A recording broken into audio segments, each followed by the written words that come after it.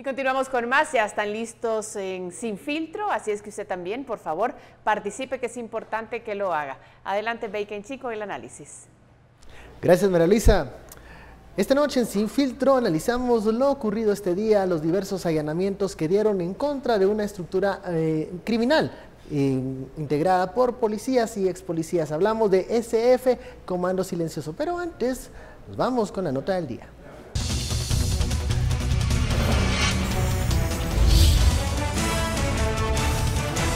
Diez agentes de la Policía Nacional Civil y 6 civiles fueron capturados por las autoridades de justicia. Los detenidos formaban parte de un grupo criminal dedicado a todo tipo de hechos delincuenciales. Aprovechándose del uniforme de la Policía Nacional Civil, los agentes ingresaban a las viviendas con órdenes falsas de juez para realizar allanamientos ilegales. La Oficina de Responsabilidad Policial, ORP, tenía información de estos malos agentes de la PNC que estaban ingresando ilegalmente a viviendas. La Policía Nacional Civil en el proceso de investigación pues logra evidenciar de que este grupo de policías realizaban actos ilegales a través de la falsificación o el uso de documentos falsos para realizar allanamientos ilegales en diferentes moradas que eran seleccionadas por parte de algunas personas civiles que eran también parte de esta estructura criminal.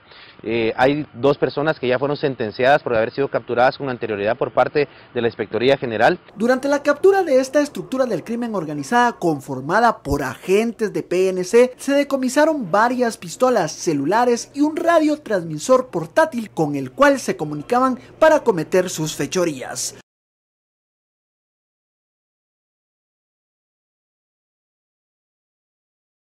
Bienvenidos a Sin Filtro, de la etiqueta de la noche SF, Comando Silencioso, miércoles, mitad de semana, y es en la Policía Nacional Civil quien está puesta la mirada esta noche. El tema, ¿qué sucede en las filas de las fuerzas de seguridad? Hay un proceso de autodepuración, dicen las autoridades. ¿Qué sucede con esta estructura criminal integrada por policías y ex policías? De eso hablaremos esta noche. Damos la bienvenida a nuestros analistas. Estaro Zapeta, muy buenas noches. Buenas noches. Ronald Ochaeta, buenas noches. Comencemos con esta operación que desde la mañana se realizó en diferentes departamentos. Era en contra de una estructura criminal que realizaba allanamientos ilegales y bueno, cometía así sus fechorías. Estuardo, proceso de depuración, lo estamos viendo nuevamente que sigue incrustada las mafias en la PNC. Bueno, primero el detenimiento y el arresto de todas estas personas, creo que fueron 11, pero en realidad hay más. La lista es más grande. Y nos confirma que dentro de la Policía Nacional Civil hay mafias que están no solamente estructuradas, sino articuladas y que están cumpliendo sus objetivos. Esto es allanamientos ilegales, esto es detenciones ilegales, esto es extorsiones, pero sobre todo porque también hay dentro de estos, quienes fueron detenidos, tumbe de droga. Y aquí yo creo que un caso que nosotros no hemos discutido en extensión aquí y que sí debemos discutirlo no solo aquí en Sin Filtro sino en Guatemala, es también el papel del narcotráfico dentro de las instituciones de seguridad. La charola, pues la charola es muy famosa, ¿verdad? Precisamente porque una estructura dedicada al narcotráfico, y a veces mi duda es si no precisamente las estructuras están peleando. Esto pasa, estas disque regulaciones para entonces depuración suceden siempre que hay una estructura que se ve dañada, que se ve competida, que se ve territorialmente invadida, y entonces ataca con todo lo que tiene y es quitar a ciertos niveles operativos, sobre todo de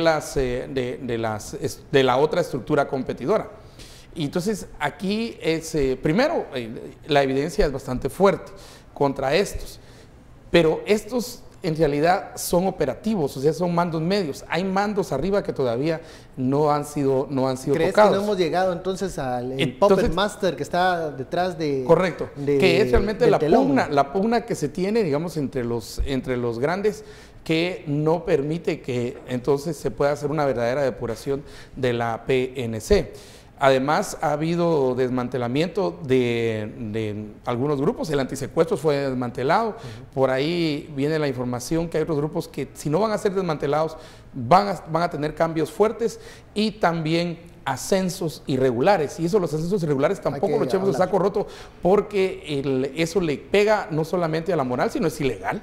Bueno, hablando de estos procesos de autodepuración, como dicen las autoridades de gobernación que se están realizando con estas capturas, con estos operativos, no es nada nuevo. Hemos visto en varios meses cómo se tratan de estas estructuras de romper el círculo vicioso que las integra y que están dentro de la Policía Nacional Civil. Pero pareciera que lo recurrente es que cada vez hay más operativos, hay más capturados, pero el problema de raíz no se termina de solucionar, o esta depuración tiene que ser constante, o estamos, como lo mencionaba Estuardo, solo viendo una pugna de poderes dentro de la PNC.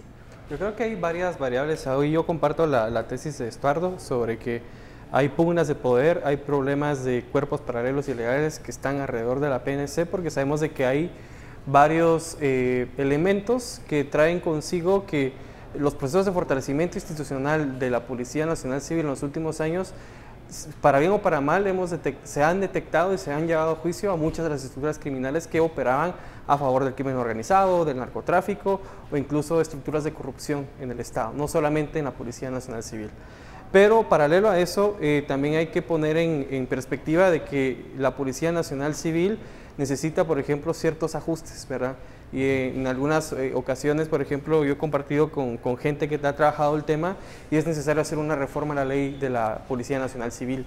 ¿Por qué? Porque hacen falta muchos aspectos, ¿verdad?, de carácter institucional para lograr concretizar el fortalecimiento y la profesionalización y sobre todo los órganos de control que están dentro de la Policía Nacional Civil y el Ministerio de Gobernación. Si no, veamos el caso, por ejemplo, de la DIGICI, o sea, es decir, hay una ley de inteligencia civil, pero estamos viendo que está haciendo cosas totalmente ilegales y opuestas a su mandato legal. Entonces vemos una suerte de baja capacidad institucional, un marco regulatorio que no se cumple y sobre todo un deterioro institucional, y lo vemos ahorita con las acciones que hace el Ministerio de Gobernación. Entonces vemos el caso del Comando Silencioso como justamente resultado de esa fragilidad institucional que tiene la policía y el propio Ministerio de Gobernación. Cada vez que hay un operativo de estos, que una de estas estructuras pues es capturada, a muchos dicen se resiente la imagen, la credibilidad de la Policía Nacional Civil, porque obviamente incluso el nombre, Comando Silencioso, da a entender que operaban con total impunidad entre bastidores para realizar sus fechorías. ¿Cómo recuperamos entonces la buena imagen del policía como un elemento que coadyuva a la seguridad del ciudadano cuando vemos que caen estas bandas integradas por quienes deberían de cuidar a los guatemaltecos? La inteligencia está conformada también por la contra. En inteligencia siempre hay que tener un parámetro de evaluación interna que, pues para ponerlo en términos coloquiales, es la contrainteligencia. Y yo a mí me cuesta, pero mucho, tragarme la píldora que no se sabía de la existencia de Comando Silencioso. Lo que sucede es que estos comandos se forman y estos grupos se forman a partir de la cantidad también de poder que tienen, de capacidad que tienen, de movilidad que tienen para poder hacer lo que tienen que hacer, sobre todo lo que más les represente ganancias o ingresos económicos, y al mismo tiempo mantenerse en el poder a partir de cómo compran parte de la estructura y parte de la jerarquía. Entonces, yo creo que aquí, primero, un error, entre comillas, ¿verdad?, de la contrainteligencia, de la investigación interna de la PNC. Todos estos entes de poder tienen siempre un nivel de contrainteligencia. Segundo, hay que ver que hay problemas reales en la policía y que no podemos también tapar el sol con un dedo. Y que eso obliga y empuja a muchos de los policías a delinquir, porque te voy a poner un ejemplo clásico. El nivel de deuda personal de cada policía es altísimo, es altísimo. Y cuando tienen una deuda demasiado alta, la desesperación que tienen de la deuda, entonces algunos sí ceden ante la posibilidad de tener dinero fácil, salir de esa presión de la deuda, y otros en términos de digamos una sed de recursos, no digo ambición, digo una sed de un carro o cuestiones así, que creyeron que iban a tener viniendo a la policía, no lo tienen, entonces se van por el lado oscuro. Entonces también yo creo que la policía sí tiene que hacer una evaluación, y esto es para la gente de recursos humanos de la policía, de los niveles de deuda de cada policía. Y van a ver que los niveles de deuda son enormes, ¿verdad? Porque tiene que ver mucho con el bajo salario de los policías. Aparte del salario que tienen, todavía se les va quitando varias de las... se les hacen descuentos. Se les hacen descuentos y todo. Igual tienen que pagar su comida, tienen que pagar hay muchas veces hasta el lugar donde están, dormir, tienen que pagar su uniforme, tienen que pagar hasta la bala que disparan, si es que disparan una bala. Hay muchas cosas que se le carga al policía. Entonces yo creo que también hay consideraciones internas que el reconocimiento de esas estructuras nos tiene que llevar a que también hay errores sistémicos, parecerán sencillos y parecerán que se pueden solucionar. Eso lo ve uno en el macro, pero en el micro, ya en el individual, pregúntele a un policía qué nivel de deuda tiene, y sabe usted en su subcomisaría, porque todos estamos sujetos a una subcomisaría, una curiosidad, ¿qué nivel de deuda tendrán los policías que están en esa subcomisaría? Porque no va a ser que a alguno se le ocurra, tenga demasiada presión por pagar la deuda, que entonces se le ocurra voltearse contra la ciudadanía. En ningún momento estamos justificando que un elemento de las fuerzas de seguridad integre una de esas estructuras, pero es una realidad que existe y que está allí, que es los salarios bajos y las condiciones laborales de los policías que dejan mucho que desear. Vamos a la pausa, regresamos con este tema. ¿Qué sucede en las filas de la Policía Nacional Civil? Hay señalamientos de ascensos irregulares y más malos elementos.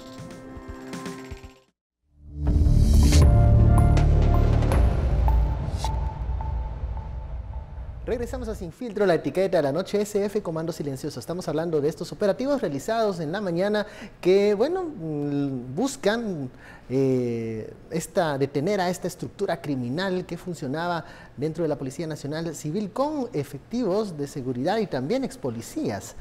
Hablábamos en el bloque anterior las condiciones laborales que tienen muchas veces los encargados de la seguridad, los policías, los efectivos de la PNC, pero también hay que discutir y debatir cuáles son las características que hacen que estas filas de policías sean permeados tan fácilmente por el crimen organizado. Incluso hay señalamientos de ascensos irregulares, situación que también desmotiva a los mismos integrantes de la PNC. Ronald. Sí, nosotros podemos ver que hay como varias características que tienen que ver uno con el perfil de las condiciones de vida y también de trabajo que tienen los policías, que hacen que ellos de alguna manera sean vulnerables, por ejemplo, a aceptar dádivas o a hacer trabajos que no necesariamente están en el marco de lo legal. Por otro lado, vemos también que eso se refleja en la propia institución, en la Policía Nacional Civil y también en el Ministerio de Gobernación, al ver que, por ejemplo, un policía antes, prácticamente era una persona que no tenía mayor formación, ingresaba a ser policía y no tenía como mayor formación que eso. El día de hoy pasan por una academia, muchos de ellos tienen el privilegio de pasar por las aulas universitarias, se gradúan, tienen ascensos, ¿verdad? E incluso hasta llegan a estudiar maestrías, ¿verdad? O sea, son policías que de una manera han venido formándose y teniendo un mejor estándar profesional en los últimos años, pero no es para toda la policía como tal. Es decir, y también sabemos de que llegar a ser comisario y llegar a ser jefe de la policía es un camino que requiere mucho tiempo, ¿verdad? Mucho esfuerzo, y sobre todo es un camino muy difícil de alguna manera tener claro, porque están bajo los vaivenes que pueda tener cualquier administración del Ministerio de Gobernación. O sea, y últimamente vemos los anteriores ministros de Gobernación, vemos a Mauricio López Bonilla, ¿verdad? Él está preso, ¿verdad? Vemos también, por ejemplo, que el mismo Ministerio de Gobernación ha sido presa de corrupción. Entonces, ese ambiente institucional también influye, ¿verdad?, en cómo el ejercicio de la policía en general tenga debilidades como tal, ¿verdad? Eso no quiere decir de que también la policía haya creado o ha tenido oportunidades en el desarrollo de capacidades, ¿verdad? Porque vemos de que ha sido una policía que se ha profesionalizado, pero vemos como resultado de hoy de que esos procesos de cambio institucional se están viniendo abajo por las decisiones que está tomando ahorita el ministro Éjar. Lo que has mencionado, ayer en una reunión con la bancada de Encuentro por Guatemala se realizaron señalamientos de ascensos irregulares dentro de la propia Policía Nacional 136. Civil. Ascensos irregulares, ¿qué significa cuando vemos una visión macro de qué consecuencias puede sufrir la institución? si se están dando estos ascensos irregulares. Un ascenso irregular es básicamente el posicionamiento de un agente de policía en una entidad jerárquica, pero en el puesto y la posición que no le corresponde.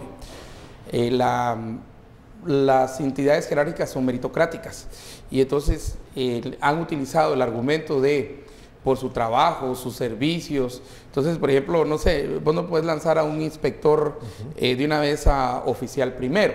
Primero tiene que pasar por oficial tercero, tiene que pasar por oficial segundo, tiene que pasar por oficial tercero, o un oficial primero, como se hizo en cierto momento, casi que lo ponen de comisario general o por lo menos de comisario. Ahí se brincaron el grado de subcomisario. Las instituciones jerárquicas tienen que respetar la jerarquía. ¿Por qué? Porque la jerarquía es competitiva y es meritocrática. Entonces no se puede brincar básicamente de llevar a de aquí hasta arriba. Ahora, una costumbre de jalar a los amigos, a los conocidos, es algo que se ha dado en la institución pública desde hace mucho tiempo. Sí, pero las instituciones públicas todas deberían de ser meritocráticas y jerárquicas, pero más aquellas que se dedican a la seguridad. Y aquí si lo comparas con el mismo ejército, te percatas que no hay... digamos, no sé, a un capitán no lo pueden de una vez lanzar a teniente coronel o a mayor, ¿verdad?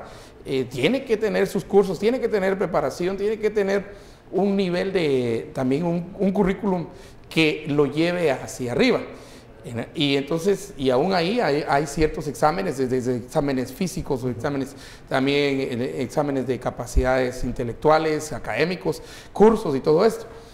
Cuando lanzas a alguien de una vez de un puesto, no sé, digamos de oficial segundo, de una vez a comisario, entonces todos los que son oficiales primeros y subcomisarios se sienten mal porque ellos sí pasaron el proceso. Demeritas a aquellos que pasaron el proceso, y no solamente los demeritas, sino que bajas la moral de toda la gente. Entonces eso, no solamente hay una ilegalidad ahí, que yo creo que es lo que señala Encuentro por Guatemala, sino también hay impactos internos que no deben. Y aquí mi pregunta es, ¿dónde está el resultado de las reformas policiales?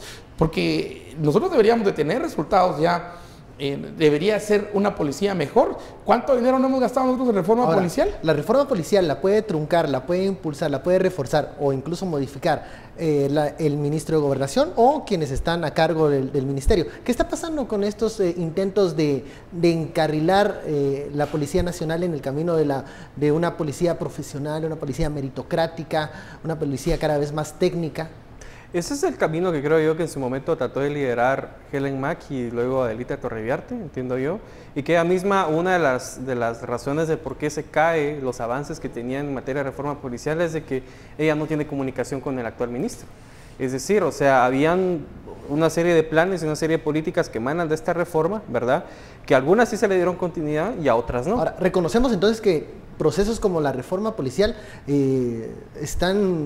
dependen demasiado de las personas que están al momento liderando la institución, sean de este lado, del otro. Claro, porque nos olvidamos de lo más importante. Las instituciones las hacen las instituciones, pero lastimosamente en Guatemala, por la fragilidad que tenemos en la toma de decisión, que cada ministro, dependiendo cómo esté la posición de la luna o cuál sea su humor, o sea, así va a tomar las decisiones, y así no podemos permitir nosotros un crecimiento institucional y un fortalecimiento hacia la policía, sino que estamos dependiendo prácticamente de cómo ellos entiendan el tema policial, el tema de la reforma, para mejorar las condiciones del propio servicio que ofrece la policía. Pero en este caso no vemos de que se consideren o tomen en cuenta aquellos aspectos que son de suma importancia para fortalecer la policía. Hablando de la Policía Nacional, este día el Ministerio Público y la CICIG solicitaron al Ministerio de Gobernación y a la PNC redoblar esfuerzos para dar capturar a 117 prófugos de la justicia. Algunos de ellos, dice esta exhortativa, se han de encontrar en territorio guatemalteco en lugares en donde hay poca presencia del Estado. ¿Qué nos dice esta exhortativa, esta solicitud de MP y CICIG a Gobernación, Estuardo? Bueno, a mí me sorprende que la misma exhortativa no se le hayan hecho a Tel Maldana, ¿verdad? A mí me sorprendería, digamos, porque no, sí, al final acaba de... ya eran prófugos en el tiempo de Tel Maldana. Ahí no dijo nada la CICIG, ¿verdad?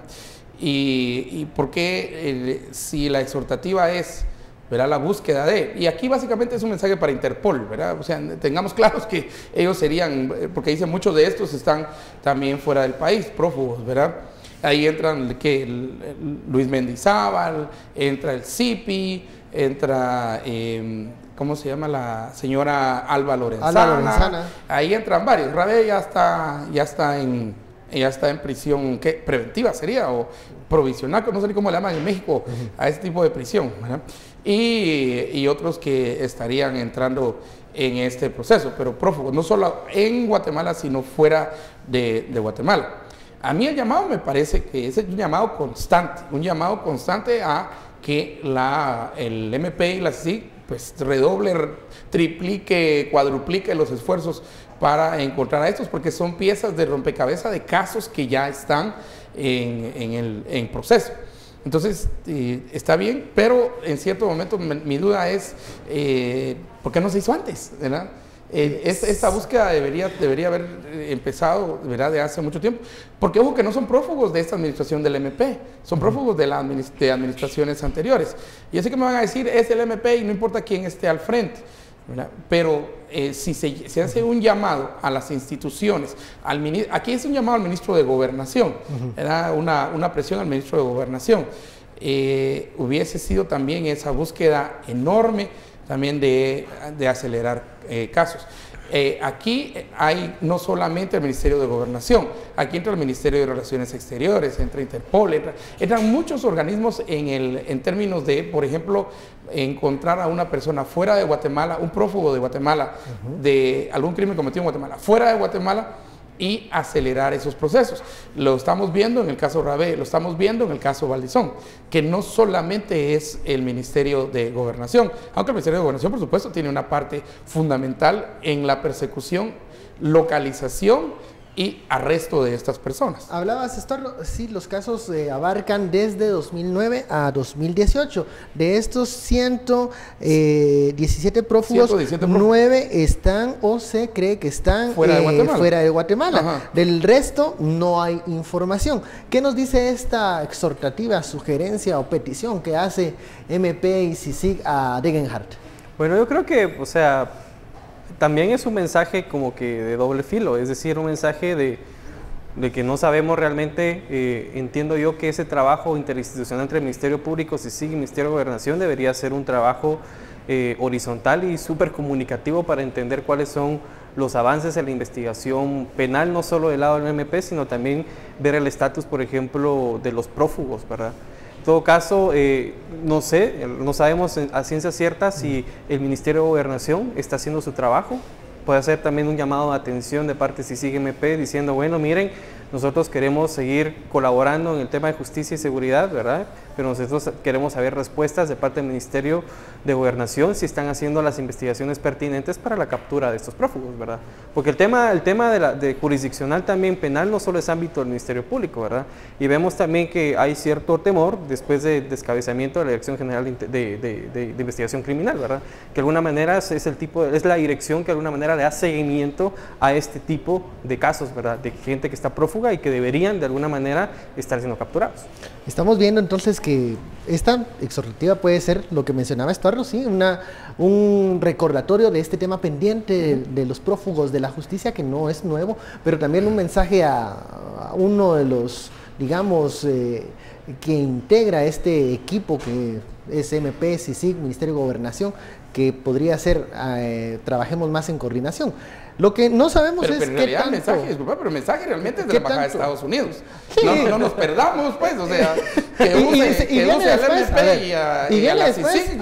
Viene después del desmantelamiento del comando antisecuestros, por ejemplo. Del conocimiento de los sistemas de espionaje. Estos prófugos no son nuevos. No. Esta cifra de prófugos de la justicia no son nuevos, pero por eso, entonces puede haber un mensaje escondido en esta carta. Sí, realmente la Embajada de Estados Unidos lo que está diciendo vía MP, vía CICIG, apuren los casos, porque es el mensaje que ha recibido de Washington. Vamos a ver, ¿qué llega a hacer al final Todd Robinson a Washington? a salvar a la CICIG. Eso es el objetivo de él. Y uno de los objetivos de la CICIG es que otra vez empiece a funcionar la maquinaria, ¿verdad? Porque la maquinaria ha estado muy lenta estos días. Y entonces se ha como silenciado la cosa. La maquinaria tiene un enemigo procesal muy fuerte, ¿no? Muy fuerte, y es la no acción. Entonces le decía, pero para poder el chef necesita masa, necesita ingredientes para hacer pasteles y para hacer... ¿Cómo va a responder Degenhardt a esto? Yo creo que va a responder, el esfuerzo se está haciendo, no sé, porque este divorcio MP, CICIG y Gobernación, yo lo veo que va a durar lo que dure Degenhardt en el puesto. Bueno, vamos a la pausa, seguimos con este y otros temas luego del corte. El Congreso de la República parece estar empantanado y va a saber usted qué es lo que quieren los diputados.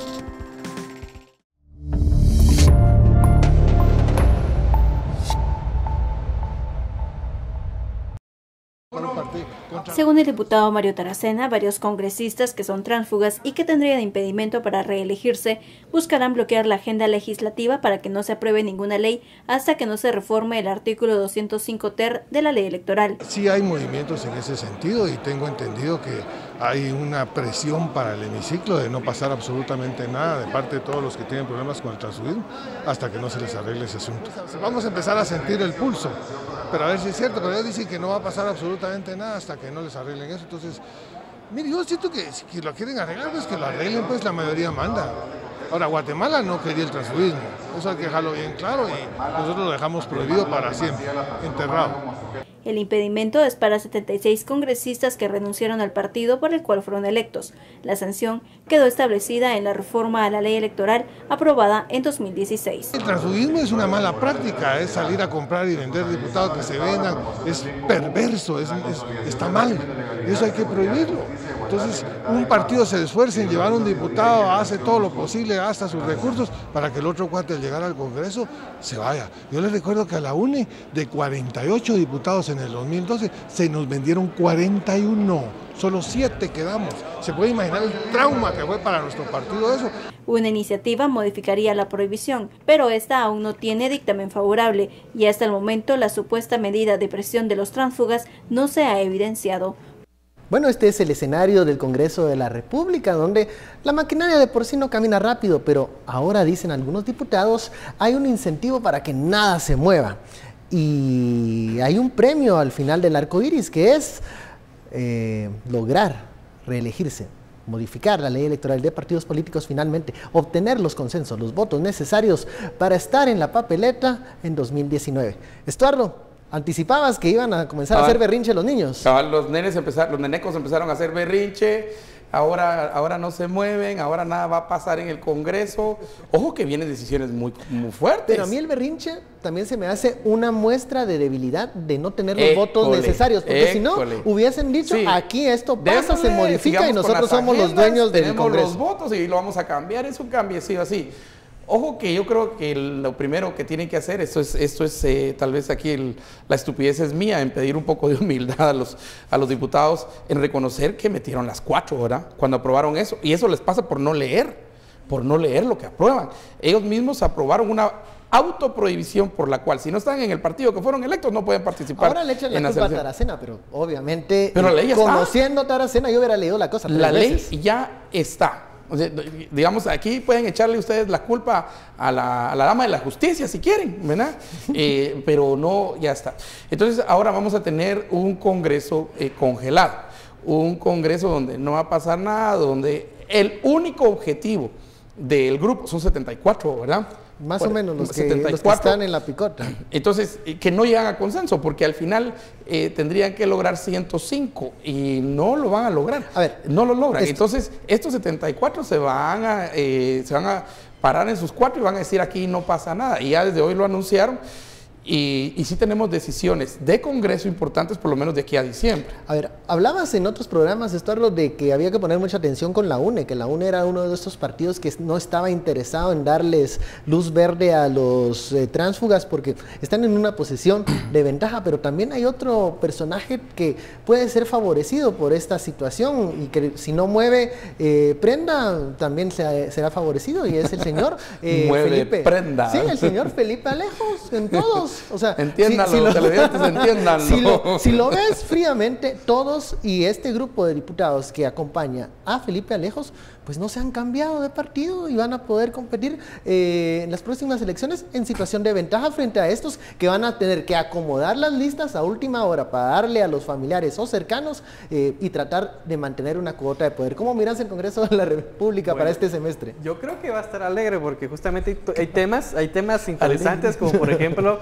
ellos tienen que aprobar el presupuesto para el otro año. Imagínate, presupuesto. 2019. Con eso ya tienen suficiente y aparte tienen que aprobar presupuesto para elecciones. Es decir, darle la plata al Tribunal Supremo Electoral y aparte tenemos el tema del financiamiento a los partidos políticos con plata pública. Ahí está. Que hay otro tema, o sea, eso es un tema bien interesante. Pero también hay temas como importantes que obviamente van en el tema de la ley electoral y ciertas reformas que están ahí pendientes, pero por ejemplo hay varios partidos políticos que sabemos que no van a querer este tipo de reformas. Ya dijimos la UNE, por ejemplo, o todos. ¿Por qué? Porque de alguna manera ellos se han cuidado las espaldas, mantienen su camino y tienen derecho a reelección. Y en términos electorales les importa más que no se pase la reforma porque ellos tienen más posibilidad de ganar electoralmente los espacios donde no van a estar sus competidores, que están ahorita en el Congreso de la República. Eso hay que hacer bien claros, ¿verdad?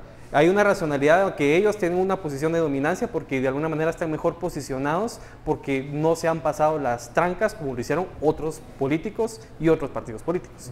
Eso es bien interesante. Y el otro escenario que se ve en el asidero es de que los partidos políticos tienen un problema porque al reformar esta ley, o sea, ellos necesitan llegar a tercera lectura y luego mandarlo a la Corte de Constitucionalidad. Y los periodos de la Corte de Constitucionalidad no son los mismos periodos que tiene el Congreso de la República. Entonces, por lo tanto, en las anteriores reformas electorales, el tiempo promedio que ha tenido la Corte Constitucional de resolver a favor o en contra de cualquier reforma de carácter electoral se ha tomado en promedio 6 meses. Entonces ya estamos casi que... No llega. Hay asambleas municipales ya en puerta. Hay una alternativa. A ver. Esa es una alternativa que hemos hablado con varias gente. Que es decir, ellos podrían volverse a reelegir renunciando al partido político, desafiliándose y renunciando a su curul del Congreso de la República e inscribirse en otro partido político en los próximos 6 meses. Cuidado, porque la norma dice que hayan sido electos. Ajá. O sea, pero aquellos que perdieron su partido político, como los del líder. Por eso, como PP y líder, digamos. La norma no ve qué pasa con el partido. La norma... Bueno, es que la norma ni siquiera contemplaba que un partido iba a desaparecer. La lógica es que todos iban a seguir. Claro. Entonces, cuidado. Yo he analizado eso y cuando te verá la norma dice que hayan sido electos. Si cumplís con el requisito que fuiste electo por partido cuadrado, tenés que participar el 2019 con partido cuadrado. ¿Qué pasa si partido cuadrado ya no existe? Es que ese es el tema. Desaparece también. Pero fuiste electo por partido cuadrado. Que no haya partido cuadrado en 2019 no significa de ninguna manera que el sistema entonces le dejó al otro en terreno libre. Él que haya sido electo. Esa parte es muy interesante y yo creo que aquí tenemos que aplicar la interpretación, la lingüística. Yo no dudo de que los diputados van a tratar de todas formas, de cualquier manera, de buscar un camino para reelegirse. La CC, tenés toda razón. 6 meses y eso es rápido. Y eso es rápido. Si lo lanzan a la CC, van a caer en manos del Dios vivo. Digo, en manos de Gloria Porras, ¿verdad? Que es la que controla todo. La Celestial le va a dar un año, por lo menos. La Celestial no, a 6 meses le va a dar un año. La Corte Celestial, la Corte Constitucional le va a dar un año. Imagínate quién puso a Porras. La UNE. Que la UNE está en una posición de sería ventaja ahorita. La menos interesada en conocer el caso y creo que es más probable que se vayan por este camino. De renunciar no sé qué va a resultar de eso. Pero son cosas que, por ejemplo, yo he escuchado de gente del Congreso, o sea, de diputados pensando ya. Pero igual la renuncia se llevaría otra vez, cada caso se llevaría al Congreso, a la CC, para interpretación de la norma y caes en manos del Dios vivo. O sea, caes en manos de Gloria Porras y no hay para dónde. Aquí lo hemos dicho, lo más fácil para estos diputados que están en el dilema si participan o no, es mejor ya ir viendo quién va a ir en el la listado. tienen cuesta arriba, renuncien. Tienen imposible si siguen con la norma. Y tienen imposible también tratar de cambiar esto, porque no tienen los votos. Y es correcto, el hecho de volverse niños malcriados, berrinchudos, berrinchosos, necios, así, chipes, ¿verdad? Estos chipes es que mostraron la debilidad. Ya sabemos cuál es la debilidad de Cuando ellos. el niño hace berrinche en la feria es porque no le van a comprar la manzana. No, pues menos le van a comprar. Menos. Va a patalear y no va a pasar nada. La feria del 15 de agosto. Ahora, alguien me decía, bueno, esta alternativa de que el diputado tránsfuga proponga a otra persona para integrar o estar en su lugar en los listados es difícil porque no es lo mismo, no es la misma influencia, no es, digamos, más en el poder local, no representa el mismo poder que aquel que ya llevaba 3 veces o 2 veces Te doy el reelegido. ejemplo de mis vecinos en Chimaltenango. La esposa de Kessler, ¿verdad? Que pasó por una cuestión legal, ¿verdad? Sí, por una cuestión legal pasó a ser diputada porque el otro era cero influencia. Es 10 ceros a la izquierda. Cero influencia, no hay nada ahí. Solo es una presencia, es un bulto que está ahí.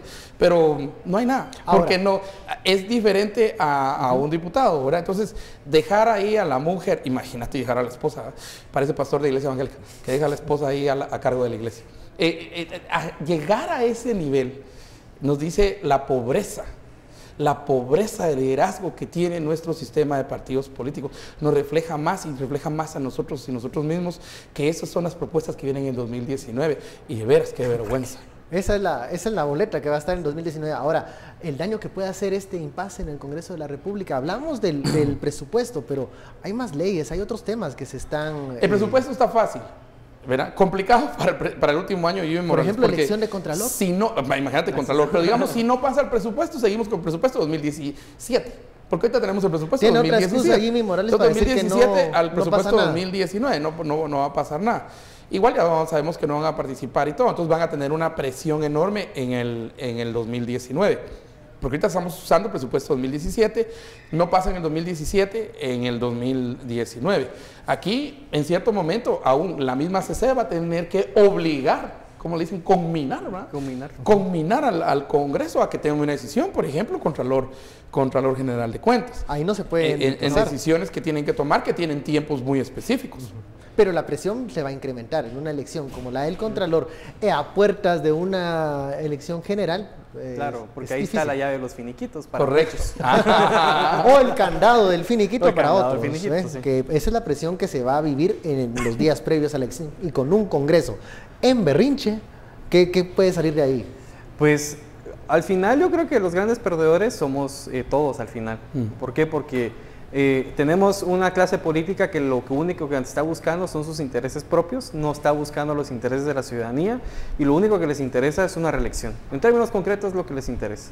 Entonces, más allá de eso, nosotros perdemos como país porque hay temas importantes en el tema económico, en el tema social, en el tema político y reformas que están ahí engavetadas en el Congreso. ¿Por qué? Porque tenemos un montón de niños y de niñas emberrinchados en contra de la propia ciudadanía y en contra también de las demandas populares. Entonces, ahí es donde vemos que ellos también llegan con una desventaja, porque el hecho de que no estén abriendo el debate legislativo a cosas importantes del país como trascendentales, como la elección de Contralor General de Cuentas, ¿verdad? O por ejemplo también nomás cambiando el tiempo legislativo a partir de enero, sabemos de que entra un nuevo Congreso y en enero mismo ya tienen que estar conociendo, por ejemplo, la elección de magistrados a la Corte Suprema de Justicia. O sea, vemos de que al final ellos lo que están emberrinchados en seguir manteniendo su influencia en instituciones públicas y lo que menos nos quieren dejar a nosotros es justamente mejor institucionalidad. Al contrario, ellos están viendo el derecho a su nariz. Correcto, pero es una oportunidad también para la ciudadanía. Es una ventana para que entre aire fresco. Conocerlos como son, ya conocemos como son, pero ahorita con este berrinche creo que los vamos a ver en todo su esplendor y en toda su gloria, ¿verdad? Yo creo que esta batalla la iban a dar, no así como berrinche, pero la veía venir que iban a hacer todo tipo de esfuerzos para tratar de lograr meterse en la boleta. Lo que hay que decir es que el partido que más tiene que perder aquí o más tiene que ganar, dependiendo si se mantiene la norma, es la UNE. Si se cambia la norma, el que más tiene que perder es la UNE. La UNE, claro. Entonces, digamos aquí, la UNE que en cierto momento, aquí pasa a ser bisagra en este caso, también se puede meter a niveles de negociación. cuidado, ¿verdad? Veamos que son, más adelante. Ellos son profesionales en la negociación. Supongamos que sí, la UNE pues en este escenario lleva una ventaja, porque no tiene todo este cúmulo de problemas que tienen los tránsfugas, pero también estamos suponiendo que el electorado se va a volcar a votar por los diputados de la UNE. Yo creo que ellos van a tener también un rechazo popular en las urnas. O sea, el hecho de que puedan participar en 2019, no veo yo a la UNE como el gran partido fuerte que entre a los comicios de 2019. Muchos de esos diputados que hoy se están riendo del tránsfuga porque no saben si va a participar en la boleta, tampoco tienen ganado su boleto de regreso. Pero tienen una gran ventaja. Tienen la oportunidad de competir. Participar. Pero ese rechazo al político tradicional y a la política tradicional también le va a pasar factura a los verdes. Sí, pero acuérdate que la política guatemalteca, sobre todo a nivel muy local, es laminita, es cositas, pero es bolsita. ¿Pero crees que la UNE tiene todo el aparato que tenía antes para entregar esa laminita y esa bolsita? Mira, tal vez la laminita y la bolsita no, pero sí tiene la estructura partidaria necesaria que tampoco los otros tienen. Yo no veo que vayan a repetir una elección de 30 y pico diputados. Yo no creo que van a lograr meter ese número. ¿Pero que logren la mitad? Unos 10, 15. 10, 12. A lo más. 15. Entonces ahí vas a ver que se vuelve un proceso que al final va a tener fuerza. Porque nos guste o no nos guste, nos caiga mal o nos caiga bien. El cacique aún tiene su importancia. Exactamente. Todavía tiene su porcentaje. Y tiene bolsones fuertes, verdes en Guatemala. Eso no lo neguemos. Alta Verapaz sigue siendo un bolsón muy fuerte. Yo creo que ese es el que queda, el que le queda a ellos. Yo creo que es ese. Y creo que Izabal es el otro. Un poco Izabal y un poco también en la costa, pero creo que dependiendo de quién vaya, porque mucho va a depender también de las candidaturas presidenciales y la fuerza que tengan las candidaturas presidenciales.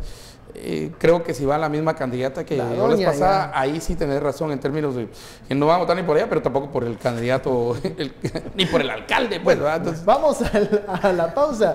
SF, Comando Silencioso. Al regresar sigue la polémica por la medida sustitutiva y los exámenes médicos de los privados de libertad.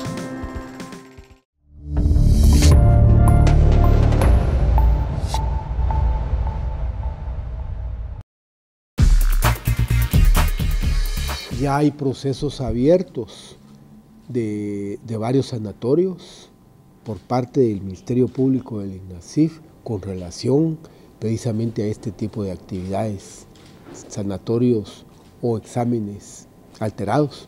El último caso fue el caso de la señora Valdetti, que se está investigando a los doctores relacionados con los informes que dieron. Con el INASIF hemos tratado de trabajar bastante de cerca para que verdaderamente se establezca qué es lo que tiene la persona. Me llamó la atención que a raíz del problema del señor Barquín se están dando muchos problemas. Por ejemplo, el caso La Línea, imagínense, estamos hablando de ya casi 4 años.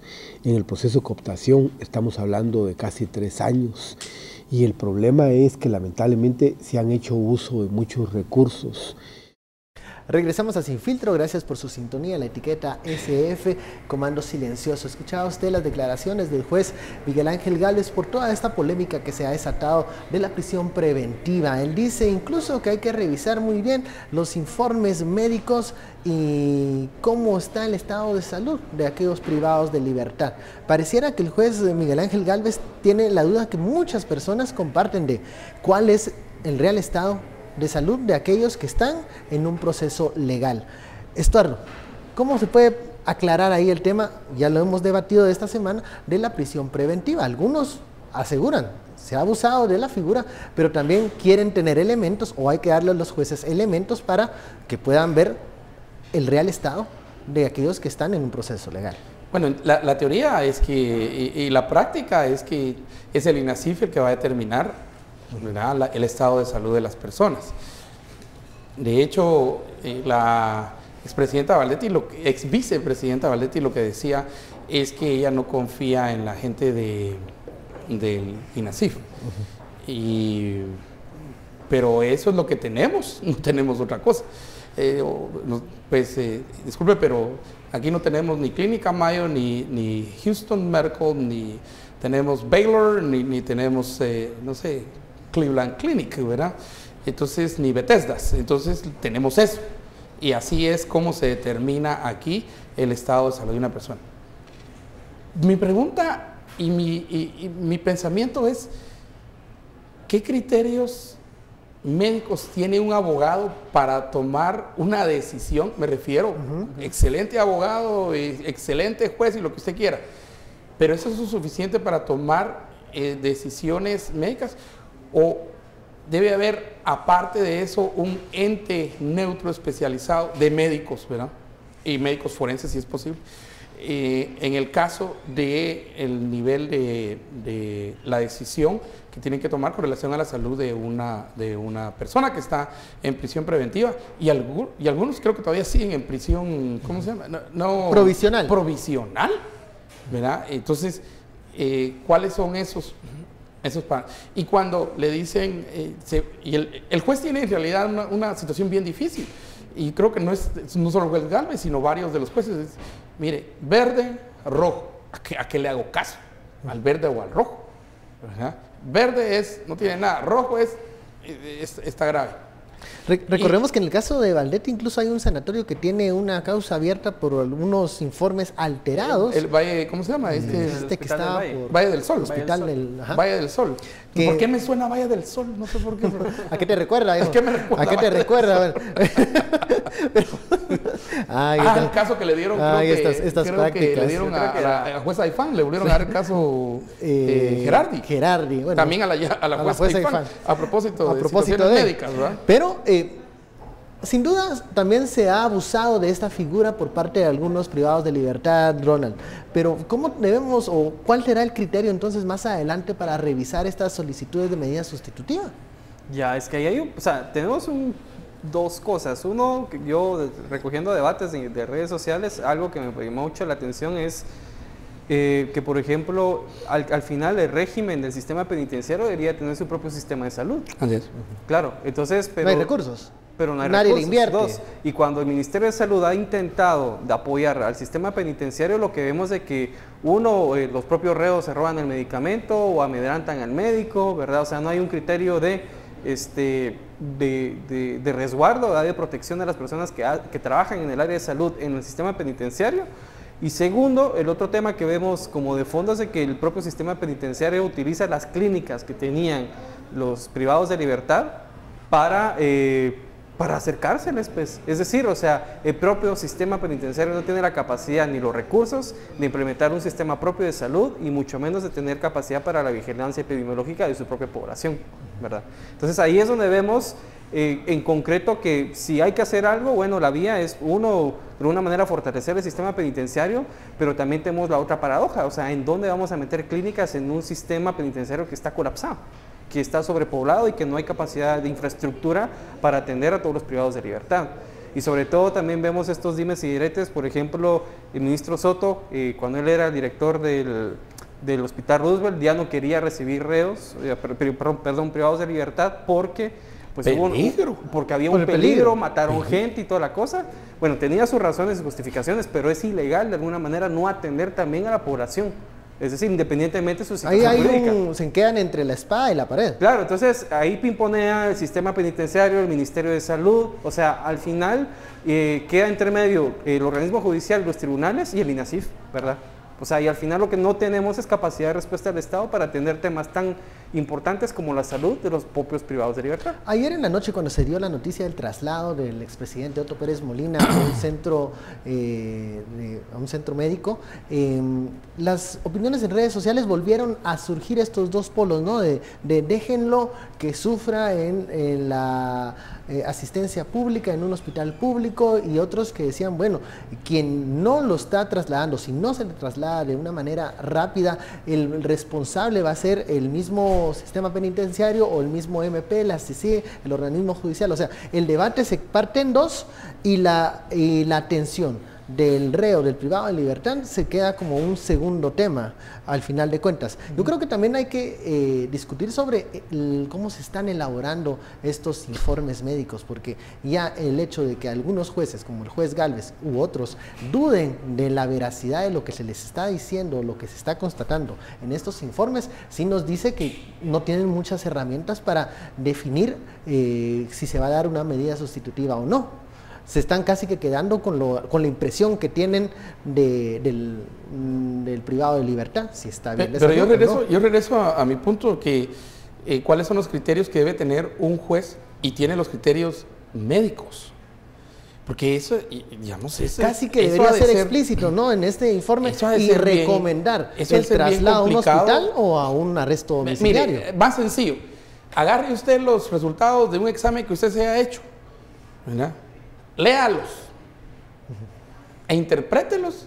Y yo agarro los resultados de exámenes que me han hecho a mí, y yo no es mi área de expertaje. Entonces yo necesito que los interprete, por supuesto, el doctor que me atiende, mi doctor Pero esa misma dificultad que tiene uno de interpretar esa información es la que ha servido, uno, para que abusar de la figura de la solicitud, digamos, de un informe médico, como también para que el otro juez tampoco quiera dar mayor aprobación a esas solicitudes, porque quiere dar una imagen de rigurosidad. Exactamente, pero de ahí un ente para mí neutro y tercero, no sé, podrían ser desde las facultades de medicina, pero fíjense que aquí lo que estamos diciendo realmente es que no confiamos en el INASIF. Eso es realmente lo que estamos diciendo. Es que el INASIF, porque no habría ningún problema si tuviéramos una confianza en el INASIF. Pero como institución, lo que estamos diciendo ahorita es que no confiamos en el INASIF. Lo que estaba y es cuidado. Alegando Roxana Valdetti de que no quería hacerse exámenes por cuidado, parte del INASIF. Porque entonces el objetivo de dudar de una institución del Estado a partir de los resultados médicos, entonces lo logró Valdetti y lo logró pues por lo menos la manzana envenenada ahí está, porque han dicho que esa institución no los puede atender, no tiene los especialistas, y los exámenes que les hace esta institución no revelan la verdadera situación de salud que tienen, y que por eso prefieren mejor ir al ente privado. Pero ahí es cuando hay un choque entre el informe de un ente privado y lo del informe del INASIF. Por eso te digo yo que aquí tiene que haber un ente tercero. Digamos, un ente que en todo caso estaría detrás del juez, sería esa voz que le hable al juez y que le explique en simple español, como te hace el doctor cuando te envía tus resultados. Te dice, bueno, mire, la recomendación, esto es aquellas palabrotas enormes, entonces le dice, no, esto es alto colesterol, esto significa hígado graso, esto significa, ¿verdad?, niveles de obesidad muy altos, esto necesita, no sé, presión arterial elevada. Te explican todo, ¿verdad? Bueno. Pero si solo lo lees, no se entiende nada. Está en chino, en griego. Vamos a seguir discutiendo ese tema. Está en chino. Vamos a seguir discutiendo este tema de la prisión preventiva, me imagino, en los próximos días. Muchísimas gracias, Estuardo. Ronald, a usted muchas gracias por su sintonía, pero ahora vamos con María Luisa Gómez. Adelante.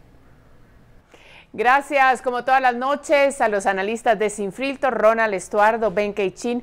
Gracias por ese aporte. Nosotros, antes de concluir, tenemos que presentar una nota interesante. Durante décadas, el templo de Gotokuji en Tokio ha atraído a los curiosos en busca de espiritualidad en medio de sus miles de gatos de la suerte. Pero hoy los admiradores de estas populares esculturas japonesas son sobre todo instagramers de todo el mundo. Bueno, ahora sí nos vamos a despedir de todos ustedes, agradeciendo su sintonía a esta tercera emisión de Noticiero Guatevisión y esperándolos, por supuesto, a que nos acompañen mañana desde las 9 en punto de la noche. Hasta pronto, que descansen.